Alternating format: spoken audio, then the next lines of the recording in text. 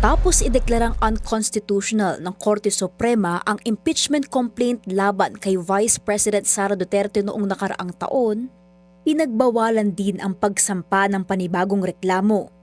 Pero sa February 6, bubuksan na muli ang pagkakataon para sa panibagong impeachment complaint.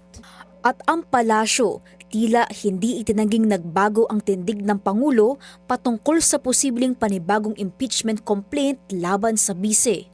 Ang tanging tugon lamang niya sa akin ay kung ano po ang pagtrato sa pag-iimbestiga sa flood control projects, mga anomalyang flood control projects. Ganon din po ang gawing pagtrato sa paggagawa or sa pag-iimbestiga patungkol dito sa impeachment complaint laban kay VP Sara. Pero nung una po kasi sinasabi niya, hindi yan makakatulong sa ordinaryong Pilipino. Hindi pa siguro nakikita kung gaano kalawak ang maaaring naging issue noon. Paliwanag ni Yusek Castro, layo ng Pangulo na managot ang mga dapat na managot at igagalang daw nito ang reklamo laban sa bise at ang proseso nito batay sa mga ebidensyang mailalatag. Bukod kay VP Sara, kamakailan ay may umuugong din na balitang posibleng kumaharap din sa isang impeachment complaint si PBBM. Sagot ng palasyo, Tiwala pa rin po ang Pangulo na meron pong pagtitiwala rin sa kanya ang mga mambabatas dahil hindi naman po gumagawa ng kamalian ng Pangulo. Siya pa nga po ang pumortekta, lalong-lalo na ng 2025 budget.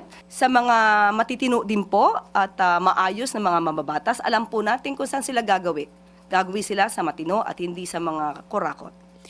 ang Malacanang hindi pa lubos na matukoy kung sino ang may pakana ng niluluto umanong reklamo laban sa Pangulo. Ang paglalabas, di umano ng balak ng mga supporter ng mga Duterte na magsampa ng impeachment.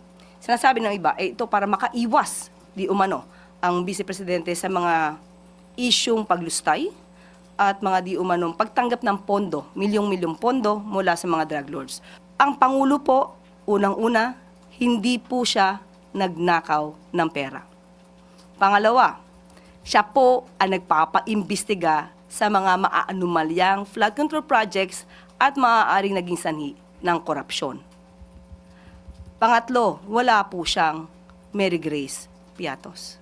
Kaugnay nito, handa raw si PBBM sa anumang pagkakataon at aasahang gagalang sa konstitusyon at sa legal na proseso.